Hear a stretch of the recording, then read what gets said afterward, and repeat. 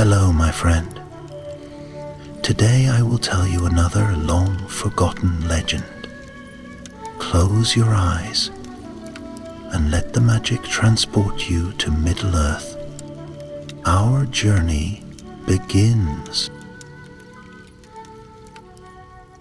In the time before the time that is known, when the sky still held the song of the Ainur, and the bones of the world were yet warm from their shaping, the north of Middle-earth slept beneath a shroud of snow and silence. There, far beyond the green hills of the Shire and the wide rivers of the south, beyond the grey teeth of the misty mountains, lay a land forgotten by all but the wind and the stars. It was a land of deep ice and deeper memory. Forodwaith, where the sun seldom danced and the moon whispered to the white wastes. There, in the ages before the third, before the fall of Númenor, before even the crowning of Gondolin, dragons were born. Not all at once, and not all alike. They came like frost in the still of the night. Slow, patient, vast. Some were coiled serpents that slithered through the roots of the world. Others bore wings like thunderclouds and eyes like burning coals. They were Morgoth's fireborn, the last children of a mind twisted by spite and ruin, and yet beautiful in their own way. Terrible, yes, but terrible as a storm or the edge of time. And among them, unhatched in the cold belly of a mountain cave and cradled in silence, was one who would come to be known as Smaug. But he was not yet Smaug. He was a thought, a thrum, a coiled breath waiting to become flame. His egg, smooth and dark as obsidian glass, lay nestled beneath layers of stone and gold-flecked ash. Around him were the bones of dragons long dead, their scales still faintly aglow, their teeth like daggers thrust into the rock. The warmth that held him came not from fire, but from memory, the dying embers of ancient wrath, carried through blood and bone, pulsing like a distant drumbeat. Outside, the world was changing. Elves walked under starlight, singing songs they would one day forget. Dwarves carved halls in the mountains, dreaming of gold and hidden flame. And men, restless, mortal men, began to shape the stories that would become legend. But the dragons, they waited. The eldest of them, cold-hearted and vast, dwelled far in the north where ice met fire. They spoke rarely, and when they did, it was in dreams and riddles. Smaug's dreams were full of these voices, deep and endless, like echoing chambers in the earth. He did not yet know speech, nor did he understand the tales that stirred in his sleep, but they came to him all the same, visions of black wings blotting out the sun, of dwarven kings weeping over shattered thrones, of fire raining like stars upon the world. And always, at the center of these dreams, was the same hunger, not the hunger for meat or for battle, but for gold, for treasure so vast it would drown the mind, for crowns piled like pebbles, for chalices forged by elven hands and stained with time. The dragons did not merely crave wealth, they were drawn to it as stars to the night. It was not greed as men know it. It was something deeper, woven into the marrow of their being, as if the gold itself whispered to them in a language older than light. When Smaug finally hatched, it was not with a scream, but with a long exhalation, like the sigh of a mountain waking from sleep. His eyes opened, brilliant and gold flecked with red, and he saw nothing, not because he was blind, but because the world had not yet kindled itself into meaning. His first sight was of ash and bone, his first scent the memory of fire, and his first thought was of longing. He was alone, the others were gone. The lair was abandoned. Only the whisper of the wind through the stones remained, and the slow drip of melting ice in distant tunnels. Smaug stretched his wings, new, fragile, leathery, and tested the walls of his cave. His talons scraped against treasure forgotten, coins that had not known the light of day in an age. He tasted them with his tongue, letting their dull, silent song pass over him. Gold, ancient gold. He curled around it instinctively, his small body warming with its presence, as if the treasure knew him. And perhaps it did, for dragons and gold were bound together by something no lore master had ever truly named. Days passed, then years. The young Wyrm grew, and with each molt of scale, with each shed skin, he learned to listen, not with ears, but with instinct. He felt the movements of the world through the rock. He heard the forges of Dwarodelf in the south, like heartbeats in the mountains. He caught the fading notes of elven song carried on the winds of the east. And slowly the world began to shape itself around him, a tapestry of meaning woven with flame. He watched from afar as other dragons met their ends. Scaeth the worm, pierced by the spear of a northern king. Glaurung, the father of dragons, undone by mortal will. Even mighty Encalagon, black as night and vast beyond measure, fell from the sky in fire and ruin. One by one the drakes of the north were hunted, slain, or broken. Smaug did not mourn, he did not rage, he remembered, he listened, and deep in his hoarded heart he waited, not for kin nor for vengeance, but for a mountain and a name. Erebor, the lonely mountain. It came to him in fragments.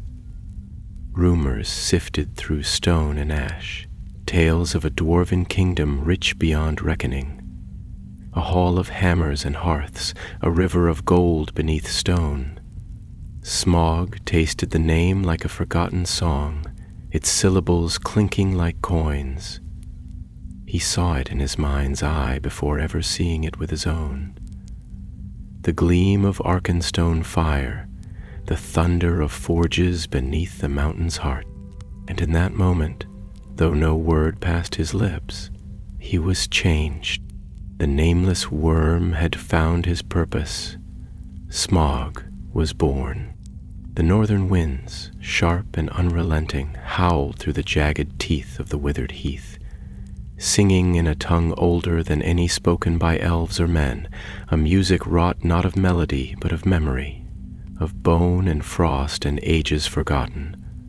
There, where the cold bit deepest and the earth seemed to slumber beneath layers of stone and snow, Smaug stirred. The young dragon, no longer the hatchling swaddled in darkness and solitude, had grown in breadth and thought. His scales had deepened in hue, from the dull bronze of his youth to a gleaming gold-tinged crimson, like flame seen through the eyes of a dream. Each movement of his body sent a soft ripple through the mounds of treasure he now claimed, relics of fallen halls and shattered hopes, tokens of dwarf kings long turned to dust, their stories drowned beneath his breath and beneath the weight of time. His lair, hidden beneath the northern cliffs and shrouded in mist, was not one of grandeur in the fashion of Erebor, nor yet carved by artisans with reverent hands. No, it was a place formed by the land itself, a cathedral of ice and basalt, where the silence hummed with ancient patience. Stalactites hung from the cavern's crown like the teeth of a forgotten god, and the floor shimmered with a glaze of frost so pure it reflected Smaug's fiery eyes with a clarity that unsettled even him. And yet it was not the cold that troubled him, for dragons are no strangers to the absence of warmth. It was the emptiness, the absolute echoing emptiness that answered him when he thought aloud. One night, when the stars shimmered faintly above a world blanketed in snow and the wind sighed like a dying breath through the passes, Smaug opened his jaws, not to roar, but to speak, not to others, for there were none, but to the silence itself. Why do I yet linger in this land of fading frost and whispering wind? He asked, his voice deep and layered with reverberations that made the very ice shiver. Am I to remain here as some guardian of a tomb, coiled round the bones of forgotten glories, while the world shifts and grows beyond my knowing? There was no answer but the drip of water from the cavern roof, like a clock that counted the passing of ages, not in hours but in centuries. Still, Smaug continued, and as he spoke, the shadows seemed to gather closer, not menacingly, but attentively, as though even the darkness hungered for his words. I have seen in dream the halls of Erebor, he murmured, eyes unfocused as if peering through the layers of stone and distance. I have felt the echo of their forges, each hammer blow a heartbeat, each crafted gem a cry of pride, and the gold sings. Not in melody, no, but in longing. It calls to me not as prey to predator, but as flame to air. Am I drawn to it for conquest, or because I seek something of myself within its luster? He paused, his gaze drifting toward the cave mouth where the snowfall whispered down like ash. Or perhaps, he added more softly now, it is not the gold I seek, but the story it tells, of order, of craft, of will shaped into permanence, and in that permanence a defiance of decay. The wind carried no reply, but Smaug's words did not vanish. They lingered in the air, like smoke that refused to disperse, curling and thickening into something more than sound. And so it was that, in the seasons that followed, he began to move, not with haste nor with reckless hunger, but with the deliberate, watchful patience of one who senses destiny, not as a sudden gale, but as a slow, rising tide. His wings, once unused, now spread to catch the high mountain winds. He flew not straight to Erebor, but across the scars of the north, as though retracing the wounds of his kind. Through the ruined passes of Angmar he passed, where the shadows of ancient wars clung to the stones and whispered the names of kings who fell in madness. The land there felt wrong, even to him, unnatural, as if the world itself had recoiled from what had been done. There were no songs in Angmar, only echoes, and Smaug, though proud, did not linger. He paused once over the skeletal remains of a dragon greater than he, perhaps one of the winged cold drakes of the elder days, whose name even the mountains had forgotten. Its bones were half buried in scree and snow, yet they spoke of a creature vast beyond reckoning. Smaug circled once, then alighted nearby, his claws crunching against the stone as he regarded the remains in silence.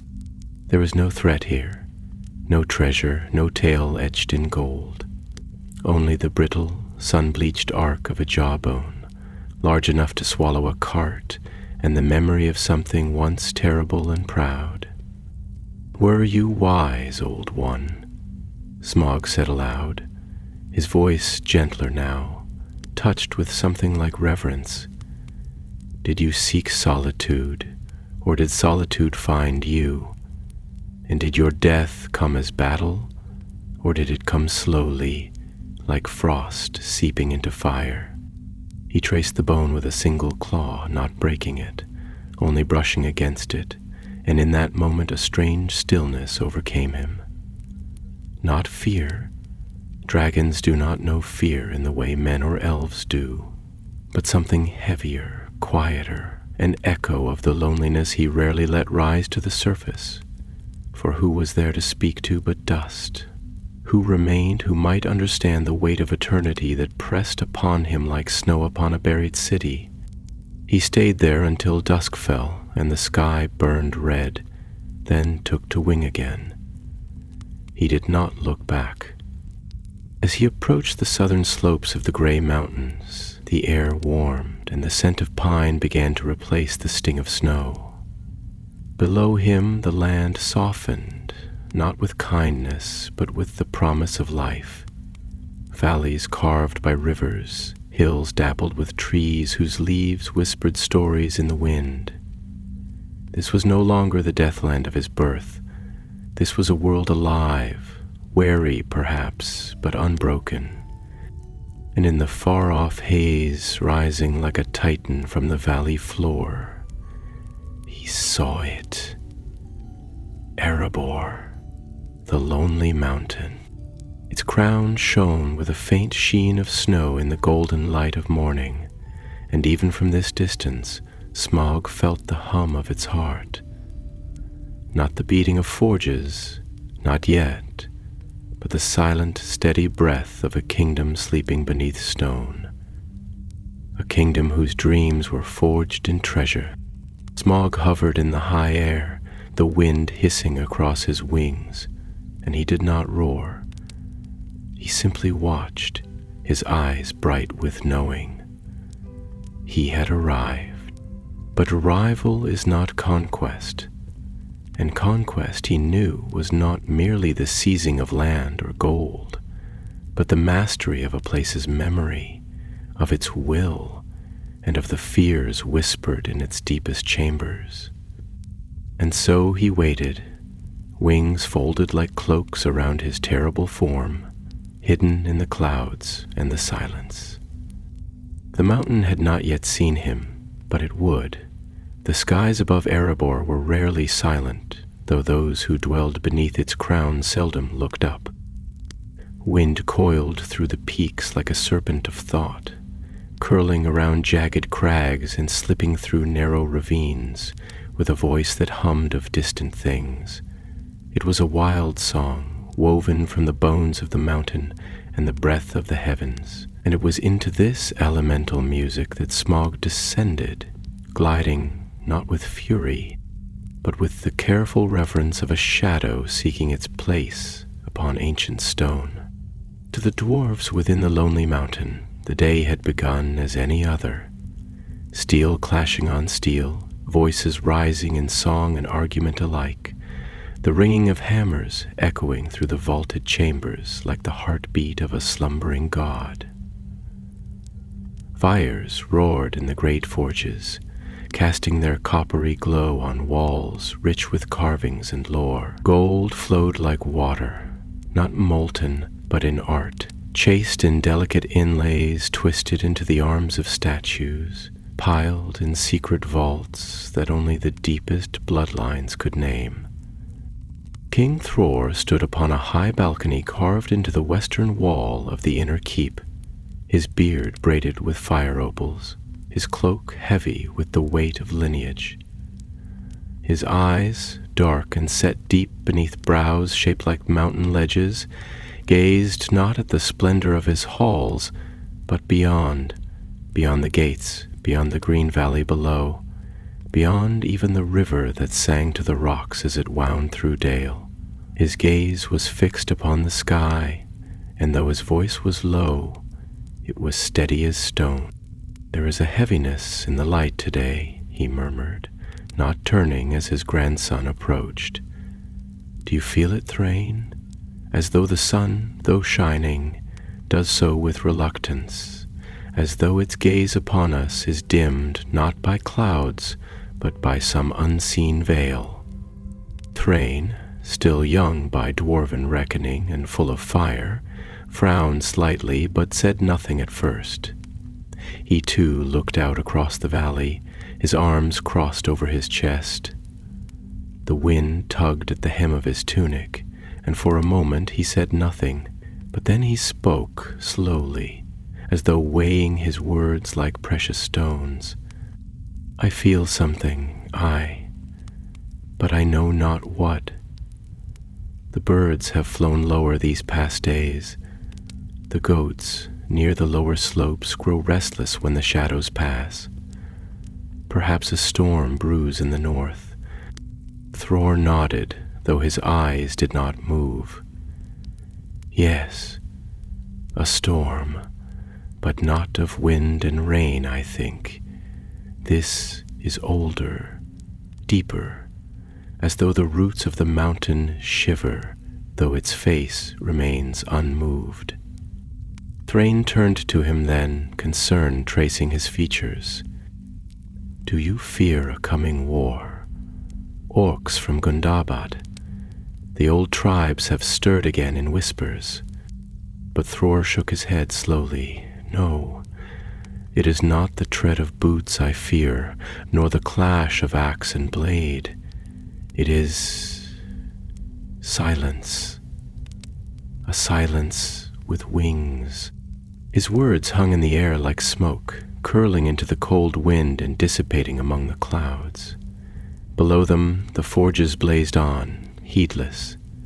But in the higher air, in the cloud-veiled heights above Erebor, Smaug circled.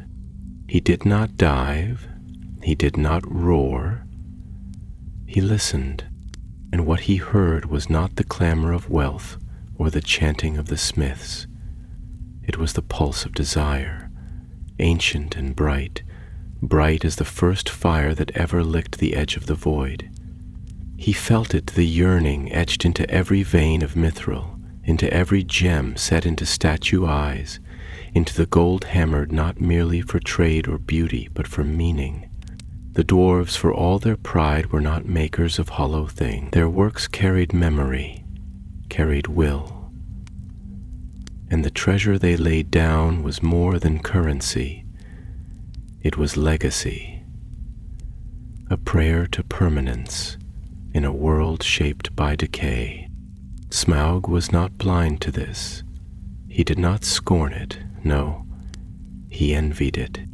As he watched from the high sky, his thoughts stirred with a kind of ache he had no name for. Not hunger, for that he could sate. Not wrath, for that he could summon. No, it was something lonelier, something more terrible.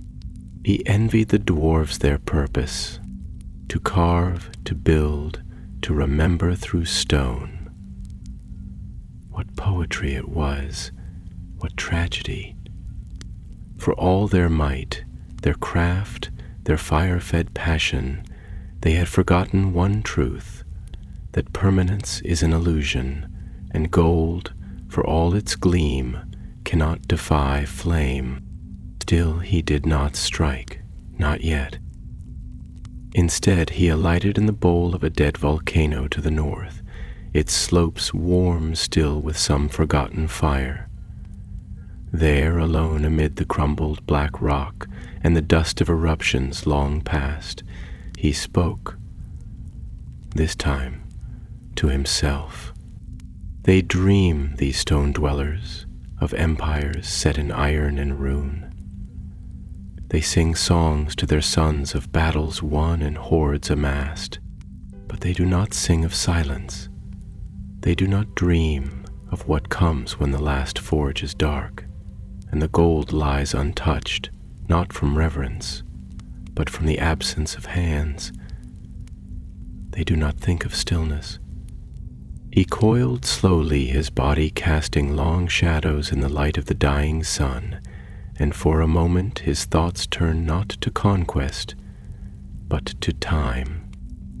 Time, that great devourer, that slow and patient thief, which even dragons must acknowledge. Will they remember, he whispered, when I am gone? Will any voice speak my name save in fear? And if fear fades, will I fade with it? He closed his eyes then, not in weariness, but in something nearer to morning. Yet even as he rested there, the mountain pulsed in his mind like a beacon. Erebor.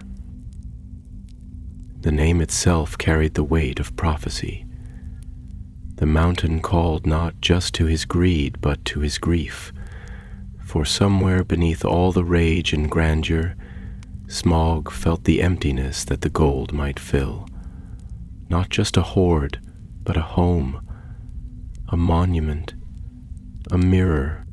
The wind shifted, The clouds thickened, and the silence, as Thror had sensed, spread its wings wide. The day that Smaug chose to descend was not marked by omen, nor heralded by lightning or storm cloud. There were no ravens that screamed in alarm, no sudden gusts to tear at banners or extinguish torches. Rather, the world held its breath in a quiet, almost tender stillness, as though it too was caught in some terrible reverie. The sun hovered behind a veil of gauzy cloud, its light filtered into something pale and pearlescent, casting upon the slopes of Erebor a glow that neither warmed nor warned. The river Kelduin flowed smooth and dark, like a ribbon of obsidian stretched across the valley floor, and the wind whispered only to itself as it stirred the golden grasses near Dale. Smaug did not fly as other beasts fly. There was no frenzy in his wings, no reckless thrusting against the sky. Instead, he drifted downward with a measured grace, as though gravity itself had ceased to weigh upon him, and the air parted around him like the hush of a cathedral welcoming its god. His form, vast and glimmering with a deep, burnished light, blotted the sky in silence, and the first to see him, a shepherd tending goats on the far edge of the river valley, did not cry out, but simply stared, mouth agape, as one might gaze upon a myth made flesh. And perhaps that is what he was. Not merely a creature, but a judgment, a reckoning cast in gold and fire, sent to remind the world that power, when left too long to sleep, does not die. It dreams. Inside Erebor, deep within its endless labyrinth of stone and steel, King Thor sat in the Hall of Echoes, where the voices of the dead could still be felt among the pillars, and where dwarves came not to celebrate, but to remember. There, the air was heavy with the scent of burning oil and iron, and the walls bore murals not of triumphs, but of sorrows. Battles lost, kinships sundered, mountains abandoned. It was a place of gravity, of silence, of reverence. Thrain entered with haste, though not with the breathless panic of a frightened child. No, he moved as one burdened by knowledge, too heavy to keep to himself, but too sacred to cast down in haste. "Father," he said, his voice low yet firm with the tremor of certainty, "something comes. Something vast and winged and terrible." Thor did not look at him at first.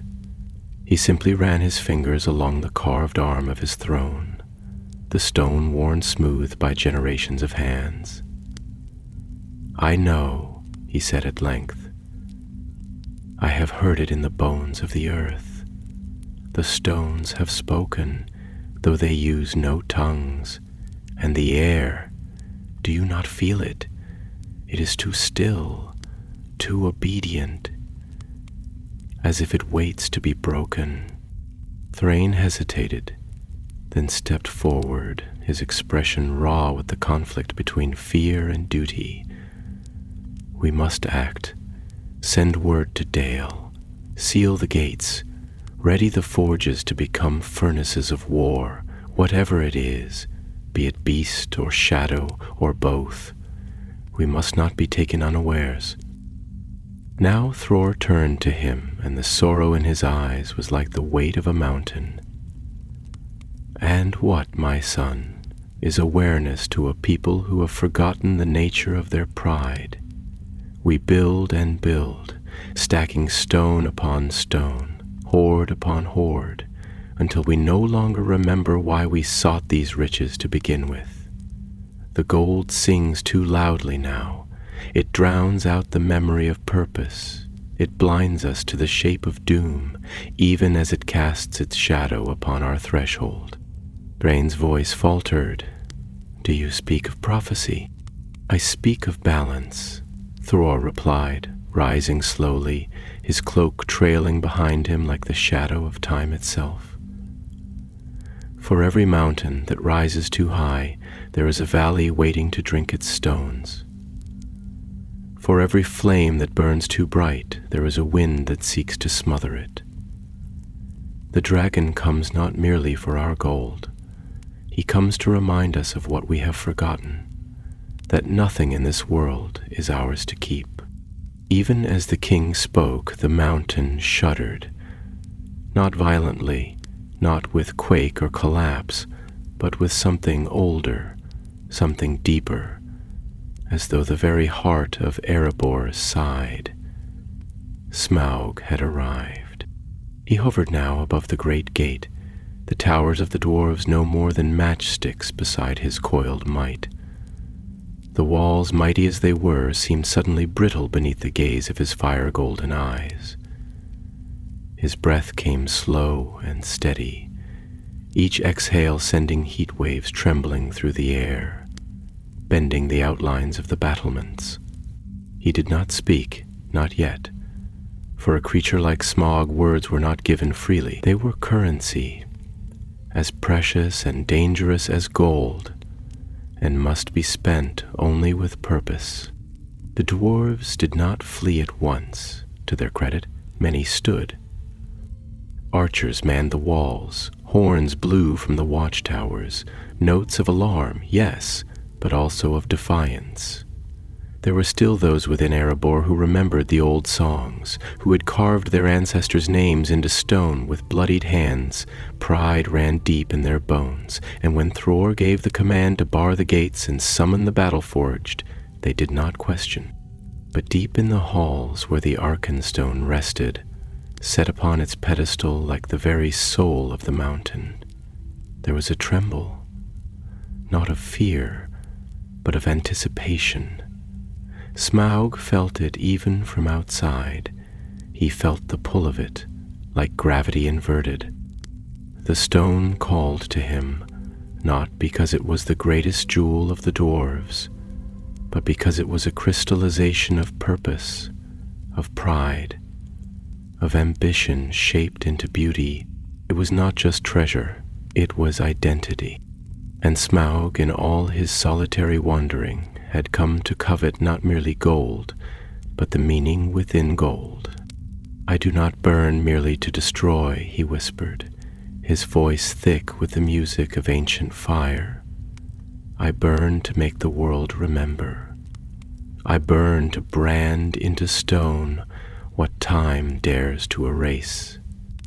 Then, with a roar that broke the sky like glass, he descended. The valley erupted into flame.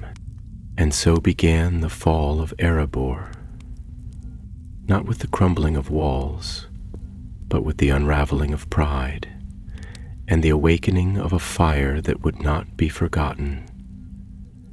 It was said by the men of Dale in the years that followed that the mountain wept that day, not in the fashion of rain upon its crags or meltwater upon its ledges, but with a grief that echoed through the stone itself, as if the veins of the rock had remembered a sorrow far older than the dwarves who dwelt within. The very foundations trembled, not from the crush of wing or the thunder of fire, but from something deeper.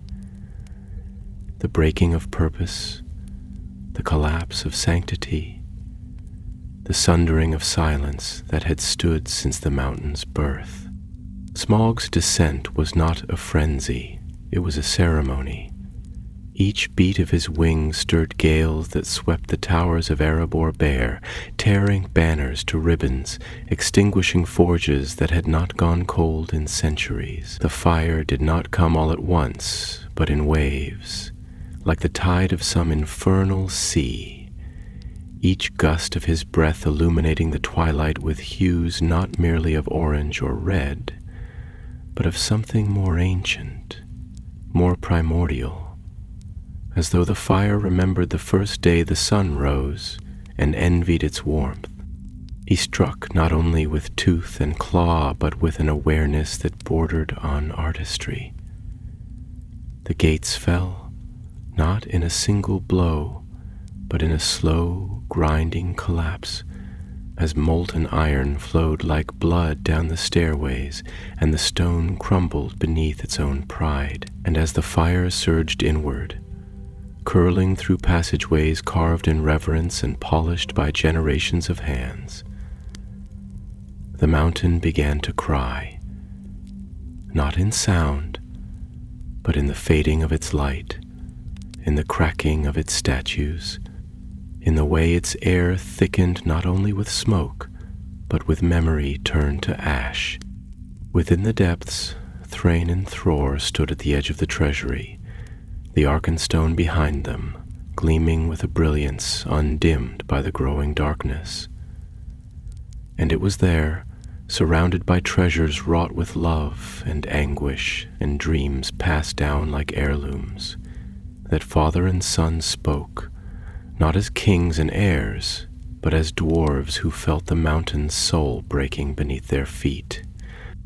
"Is not merely a beast," Thrain said at last, his voice hoarse, though not from smoke. "He is a force, a flame with eyes, a hunger shaped into wings. And we, what are we to such a thing? Builders? Guardians? Or fools who believed the earth would not demand its due?" Thror turned to him slowly, and in his eyes was no anger, only the stillness of understanding that comes when pride has fallen away like bark from a dead tree. "All things that rise too high," he said quietly, "must give way to weight. We carved our names into these stones, thinking they would last forever, but stone forgets, Thrain. Even it forgets in time, and now fire comes to write its own name in the dust." There was silence then, broken only by the rumble of distant collapse, and the shimmering note of the Arkenstone, which seemed to hum like a single mournful bell. And in that silence a thought passed between them, unspoken, but understood, that what was being lost was not merely gold, nor kingdom, nor crown, but the dream of permanence. Outside, Smaug coiled through the corridors, his tail sweeping through vaults and galleries, his wings brushing the carved ceilings where murals of Durin's line now melted into formless shadow. He did not roar with triumph. He did not laugh with cruelty. Instead, he moved with a slowness born of awe, his great head weaving through piles of treasure as if he feared to disturb the stories that slept beneath each coin. "So much," he murmured, more to himself than to any listener, for no dwarf now stood to answer him. "So much longing, forged into shape. So many hopes, gilded and polished and placed like prayers beneath the weight of stone. Did they think it would protect them? That gold by its shine alone could guard against time?" His voice, when it came, rolled through the halls like thunder through a canyon, deep and unrelenting, reverberating through each chamber and passage until the very air seemed to bend around it. "I do not come to steal," he said aloud, his breath sending sparks dancing across the heaps of treasure. "I come to become. This mountain will not remember your names, little kings, but it will remember mine." And with that he sank his limbs into the heart of the hoard, curling his great body around the Arkenstone's pedestal like a serpent coiled around the center of the world. Gold clung to his scales like a second skin, and gems caught in the ridges of his armor glittered like stars trapped in the hide of night. He did not lie still, but he did not move. He simply breathed, and in each breath the fire dimmed a little, until only its memory remained. In Dale the sky glowed with unnatural color, and the people fled with what little they could carry. Mothers clutching children, smiths carrying heirloom blades, old men stumbling beneath the weight of scrolls they could not bear to leave. There was no time for resistance, no time for reason. The mountain had become a furnace, and the valley its chimney.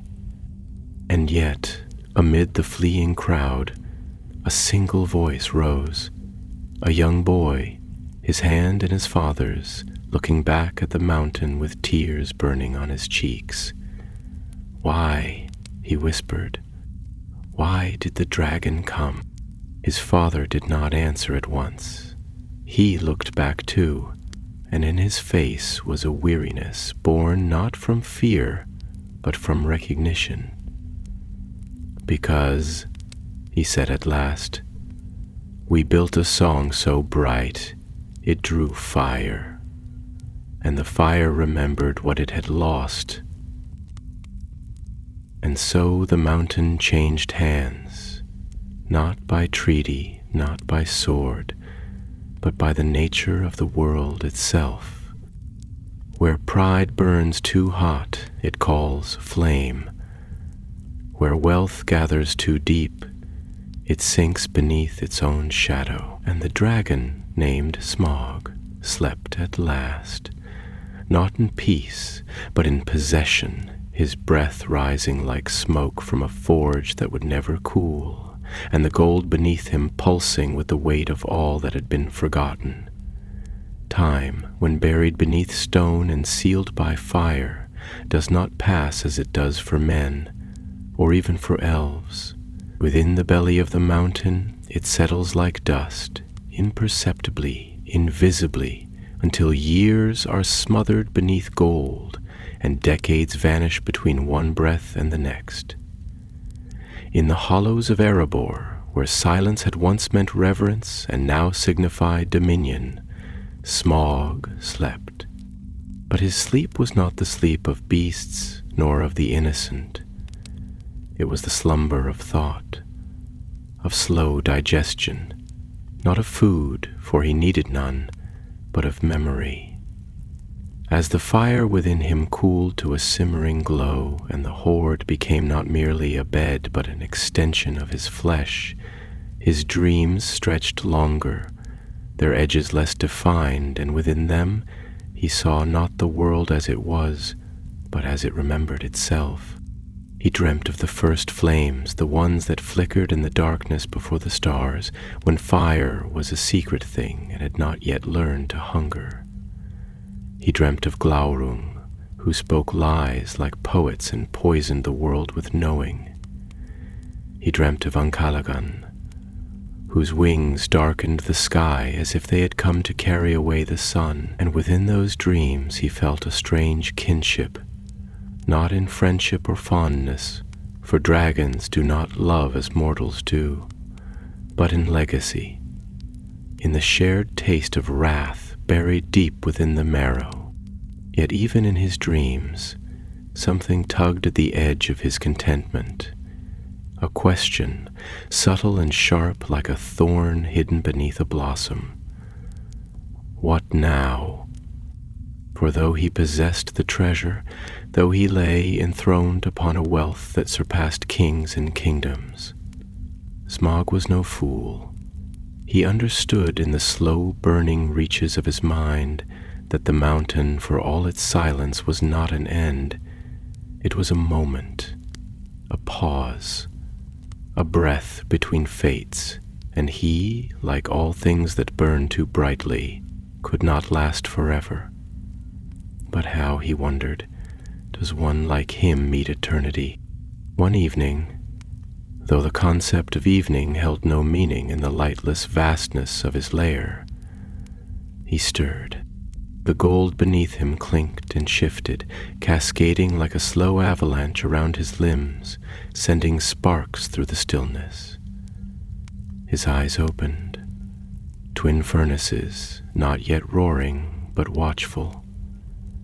He raised his head, not out of threat but thought, and gazed upward toward the unseen ceiling, where roots of the mountain twisted like the bones of the world.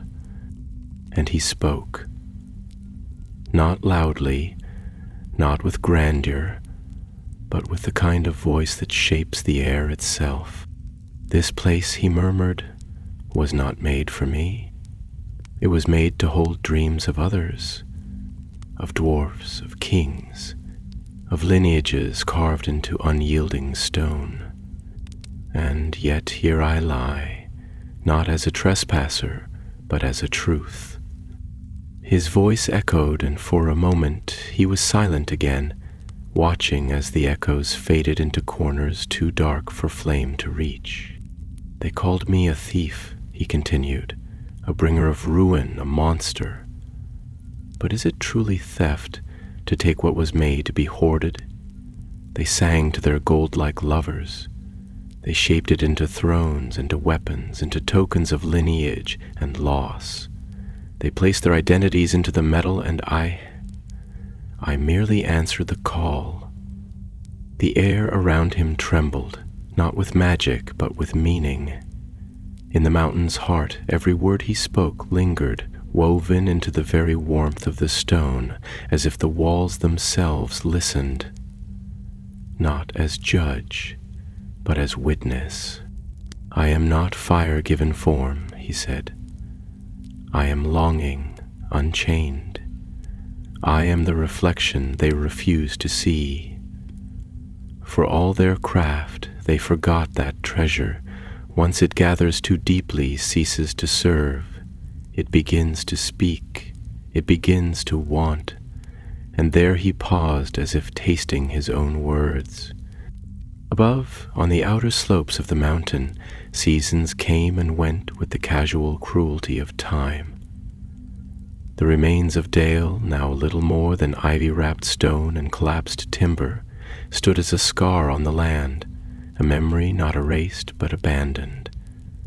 And yet, life returned, as it always did, in cautious roots and wary wings. It was during one such spring, though few dared call it by that name, that a figure stood upon a hillock some leagues from the gate of Erebor.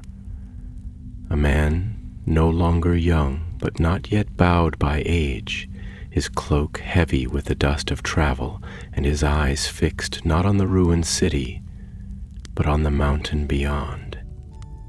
Beside him stood a boy, tall for his age, with a bow across his back and a question on his tongue. "Father," the boy said quietly, "what lies within the mountain now?" The man was long in replying. His eyes, dark and thoughtful, were shaded not by fear, but by the kind of sorrow that only survivors carry, the sorrow of remembering what others forget.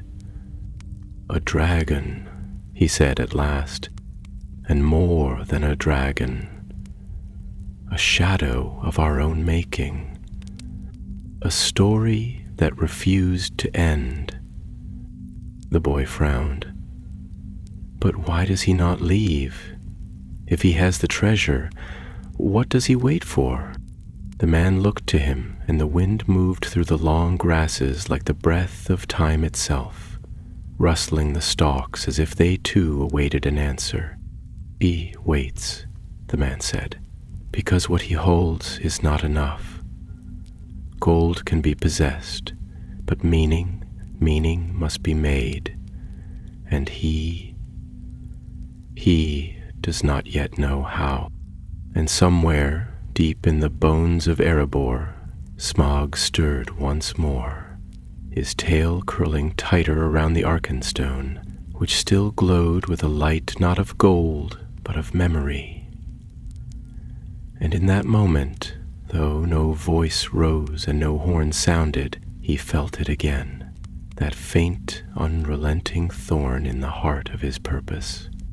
What now? The fire within him did not answer, but it listened. Years passed, as quietly and as inevitably as breath, and the world beyond the mountain wore its age without ceremony. Forests that had once stretched in mourning toward the smoldering horizon began to regrow in cautious silence, their roots winding through the bones of forgotten roads, their canopies rising like the hands of supplicants toward the sun that dared once again to shine over the valley of ruin. The river running, once choked by ash and flame, flowed clear again, its song quieter, more hesitant, as though it had not yet decided whether it was safe to sing aloud. And in that time, Smaug remained. He did not roam the skies as other dragons of tale and terror. He did not lay waste to kingdoms beyond the mountains, nor did he stir from his hoard in pursuit of conquest. Instead, he slept, and in his sleep he turned inward, not into madness, for that is too simple a word for the fire that dreams, but into reflection, the kind of reflection that only a creature who has devoured both light and lineage can endure. His hoard had grown strange, not in size, for there were no more kingdoms now to plunder, but in resonance. Coins that once glittered with the pride of dwarven minting now dulled beneath his scales, their edges worn by the slow shifting of his weight. Gems that once burned like stars grew dim with disuse. Even the Arkenstone, that heart of all the mountain's song, seemed quieter now, its brilliance less an illumination and more a pulse, a distant heartbeat, steady but unchanging. And still he did not move, but he thought. And the thoughts of a dragon are not like those of men, fleeting and tethered to time. They are long and coiled and deep, winding through centuries with the patience of glaciers and the sharpness of fire. In one such moment of wakeful stillness, his voice rose again, not in rage, but in the careful cadence of inquiry. "Is this what it is," he said softly, "to possess everything and yet be possessed by it in turn?" His breath warmed the chamber, stirring dust motes into slow spirals that caught the gleam of scattered treasure like fireflies imprisoned in a jar.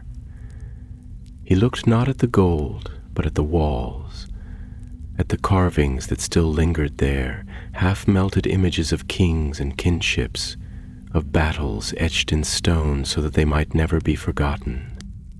But time, aided by fire, had blurred their faces, softened the sharp lines into ghostly impressions. "There was meaning in this," Smaug continued, speaking more to the dark than to himself. "Not in the gold, nor the gems, nor even the throne, but in the making, in the act of shaping one's will into the world. They forged not for gain alone, but to remember, to create something beyond the self. And He trailed off, not because the thought faltered, but because it struck too close to that thorn which still nestled in the hidden place between his mind and his heart. "What have I shaped?" he asked at last, and the silence that followed was not empty, but expectant. Outside, the mountain loomed against a sky painted in dusk tones, streaked with the violet breath of twilight. The wind moved slowly along its flanks, weaving through gorges and ravines with the weary grace of a ghost retracing its old paths. Trees grew in patches along the lower slopes, their trunks bent by old fire but still living, their leaves fluttering like reluctant hope. Birds had returned, though they kept to the edges, singing in uncertain voices, wary of echoes that still trembled beneath the stone. At the edge of this landscape, far from the scorched gate and the lingering fear, another fire stirred, though smaller, more fragile. A camp, a company. 12 dwarves and one who was not. A wizard's scheme, a hobbit's confusion, and the quiet pulse of fate beginning again to tighten its threads. Balin, oldest among them, sat apart from the others beside a low flame, its flicker catching the white of his beard and casting his face in hues of memory.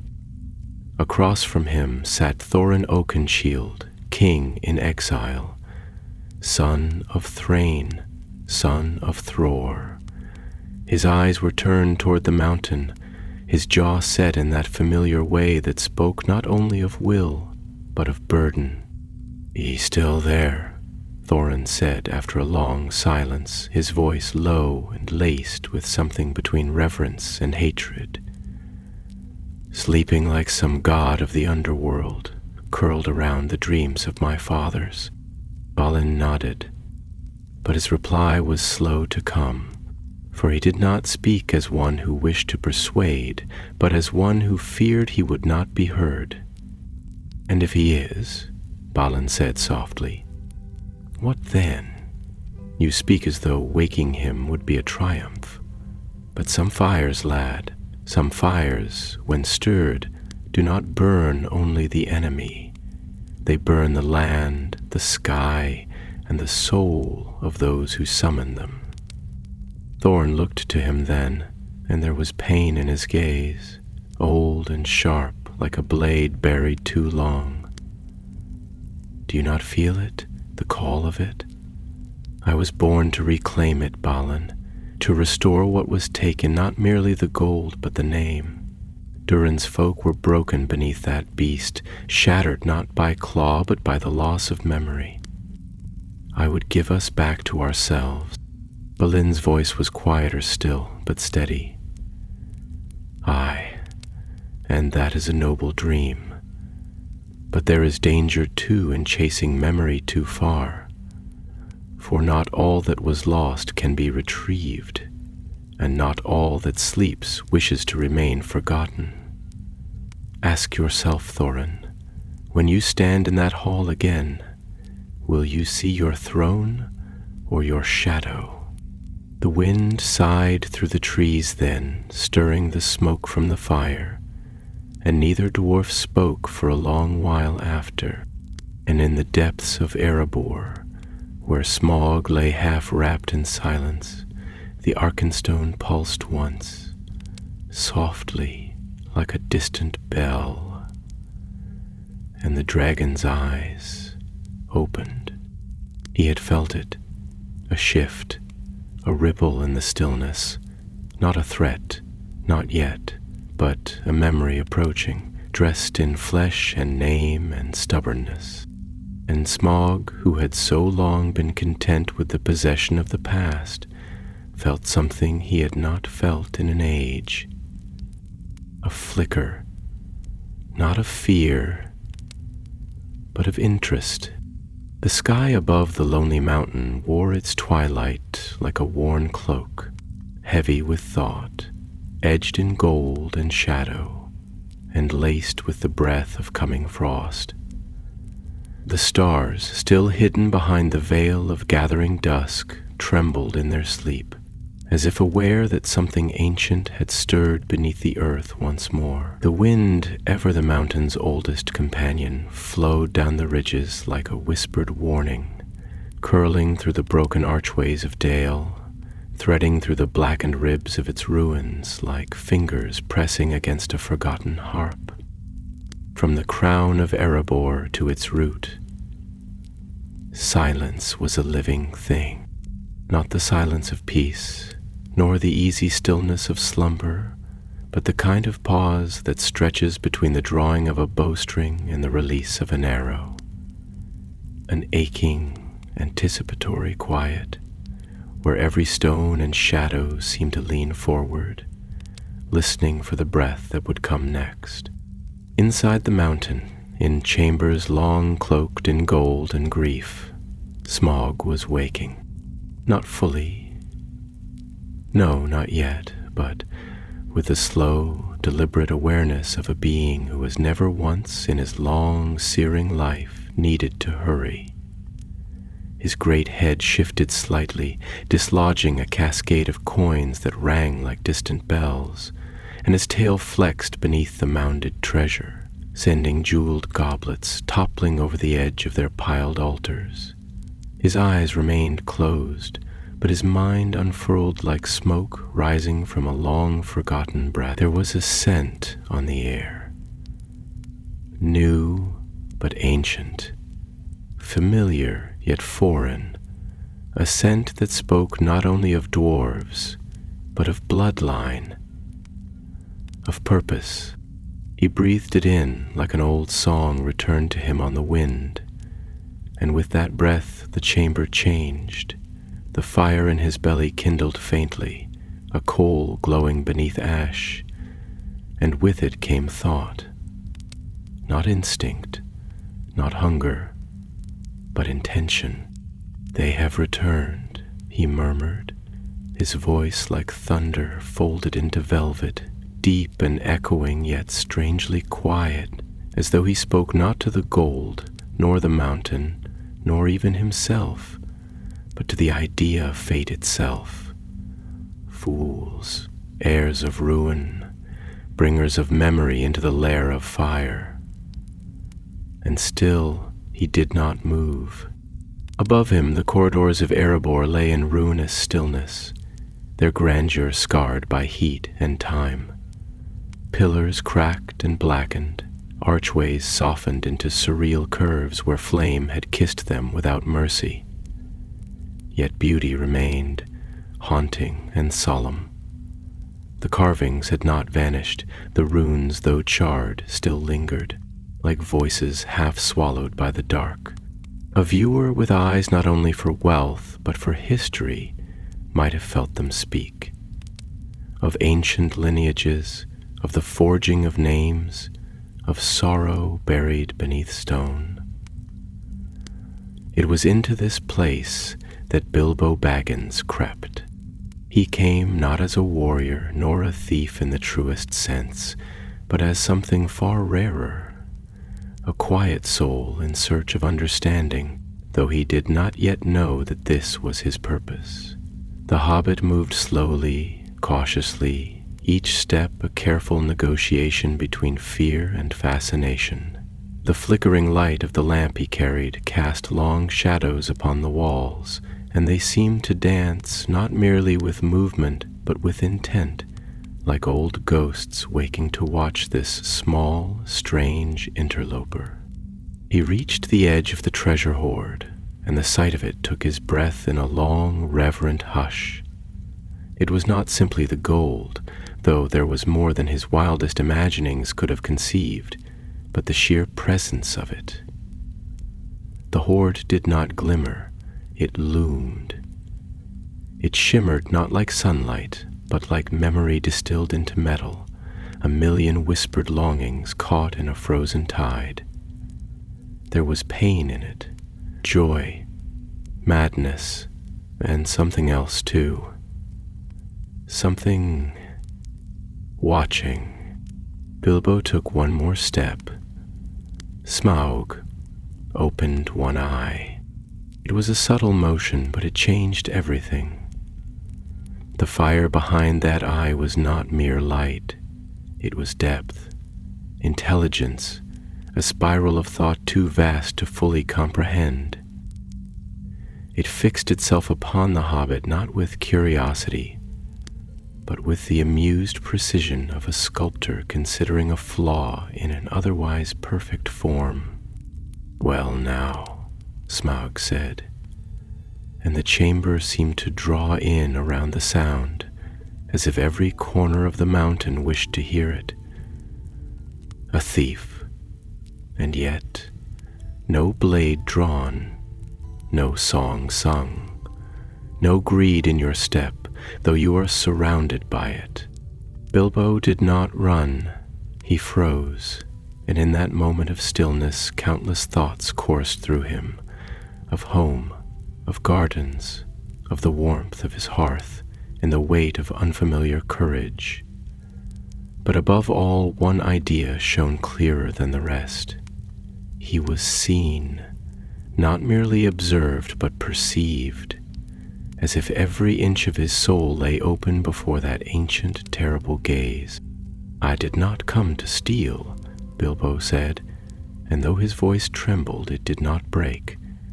"At least, not in the way you mean.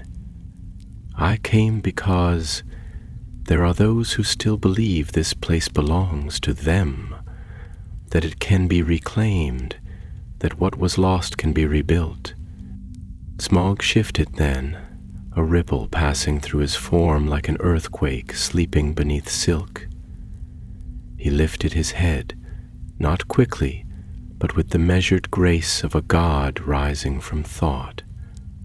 And he regarded Bilbo with a smile that was not cruel, but profound. "Rebuilt," he echoed. "Yes, that is the dream of mortals, is it not? To mend what has shattered, to gather the ashes of memory and shape them into something that denies time. But tell me, halfling, what does it mean to rebuild, when the roots of ruin lie not in the stones, but in the hearts that carved them?" Bilbo swallowed, his throat dry as dust. "I don't know. I'm not sure anyone does, but we try because we must. Because not trying is worse than failing." A long silence followed. Smaug's breath warmed the air, stirring the dust. His gaze, unblinking, softened, only slightly, but it did. And when he spoke again, it was not with thunder, but with something darker, something closer to weariness. "You speak like a gardener," he said at last, "one who tends the soil, knowing the frost will return. I wonder, do you think this mountain can bloom again?" Bilbo lowered his eyes, not in defeat, but in thought. "I think," he said slowly, "that even ash feeds the earth if given time. And somewhere, deep within the hoard, the Arkenstone glimmered. Just once, faintly, like the last heartbeat of a dying star." And the dragon, for the first time in centuries, did not laugh. The cavern beneath the lonely mountain had grown quiet once more, but not with the simple hush of sleep or the sullen silence of fear. It was a deeper quiet, layered, listening, thick, with the weight of all that had been said and all that still lay unspoken. The golden air trembled faintly, stirred not by movement but by thought, by the slow tectonic shift of something vast, beginning to question the shape of its own reflection. Smaug's gaze lingered on the small figure before him, a hobbit alone beneath the mountain's ceiling, dwarfed not only by the hoard that gleamed around him like a second sun, but by the enormity of what he had dared to do. For though Bilbo carried no sword aloft, nor wore armor upon his chest, he had walked willingly into the heart of fire and faced a creature whose breath could remake the world. And in that act, quiet, humble, and without song, there was a kind of defiance more profound than any blade. "You are not like the others," Smaug said at last, and his voice was softer now, almost contemplative, like a distant storm remembering its thunder. "You come not seeking to conquer, nor to claim. You are a question, not a command, that is, unsettling." Bilbo's fingers twitched, not from fear but from restraint. There were so many things he might have said in that moment, excuses, reassurances, even pleas, but instead he looked up, truly looked into the eyes of the dragon, and what he saw there was not the fire of madness, but the slow burn of memory, and in that flame he saw a flicker of something terribly human: loneliness. "I did not mean to unsettle you," Bilbo replied, and his voice, though small, rang clearly through the hall like a plucked harp string. "But maybe you needed to be unsettled. Maybe we all do.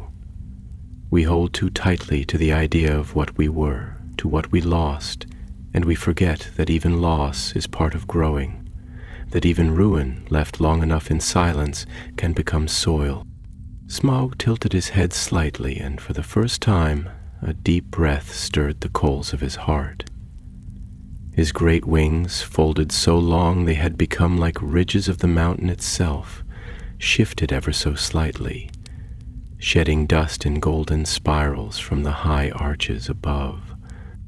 "You speak of growth," he murmured, "as though it is inevitable, as though time alone is a gardener and not a destroyer. You look at me and see something that might be changed, but I am not a tree.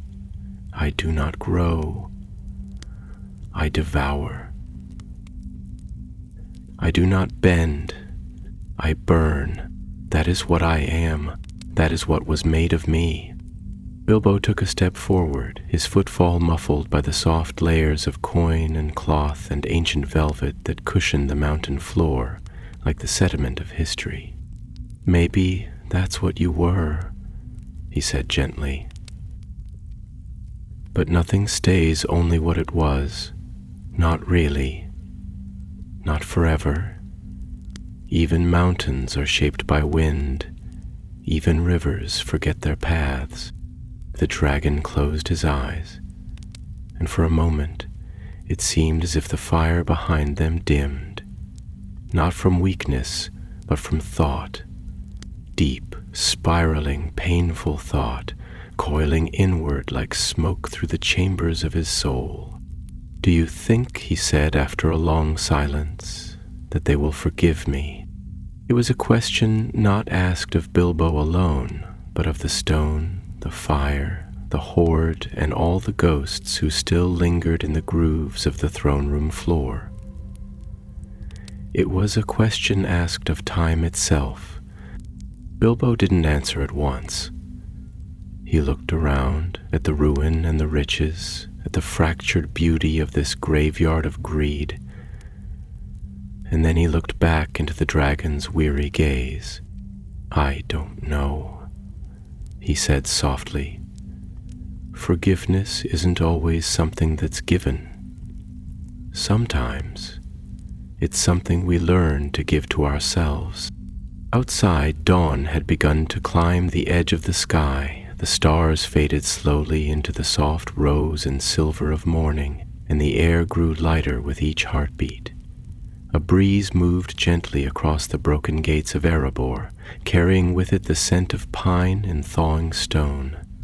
Somewhere below, the company stirred, unaware that within the mountain's core a different battle had been fought, and not with sword but with soul. Smaug turned his gaze toward the upper vaults, as though he too could feel the morning press against the rock like a promise. The Arkenstone pulsed faintly beneath his forelimb. Not brightly, but steadily, like the breath of something that refused to be extinguished. "I have burned many things," the dragon said at last, and his voice no longer trembled with rage or pride, but with something quieter, sadder. "But I never knew what it meant to warm." And with that, he settled back upon the gold, not to guard, but to rest, not to wait for vengeance, but to dream. Bilbo stepped back, his lantern still glowing faintly in his hand. And as he turned to leave, he felt not relief, nor triumph, but something far more difficult to name. Sorrow mixed with reverence, fear tempered by understanding. He had seen the dragon, but more than that, he had heard him. The tunnel closed behind him, and the mountain grew still once more. And though history would tell of the fire, of the fall, of the arrow and the black-skied day when Smaug at last took flight and flame once more kissed the world, those who truly understood would speak, quietly and only when the wind was right, of the night the dragon asked a question, of the night the fire for a moment flickered without rage, of the moment the gold did not glint, but listened. And deep beneath stone and story, where silence holds the final word, the dragon slept, not as a tyrant upon a throne, but as a soul wrapped in memory, surrounded by the echo of dreams not yet born.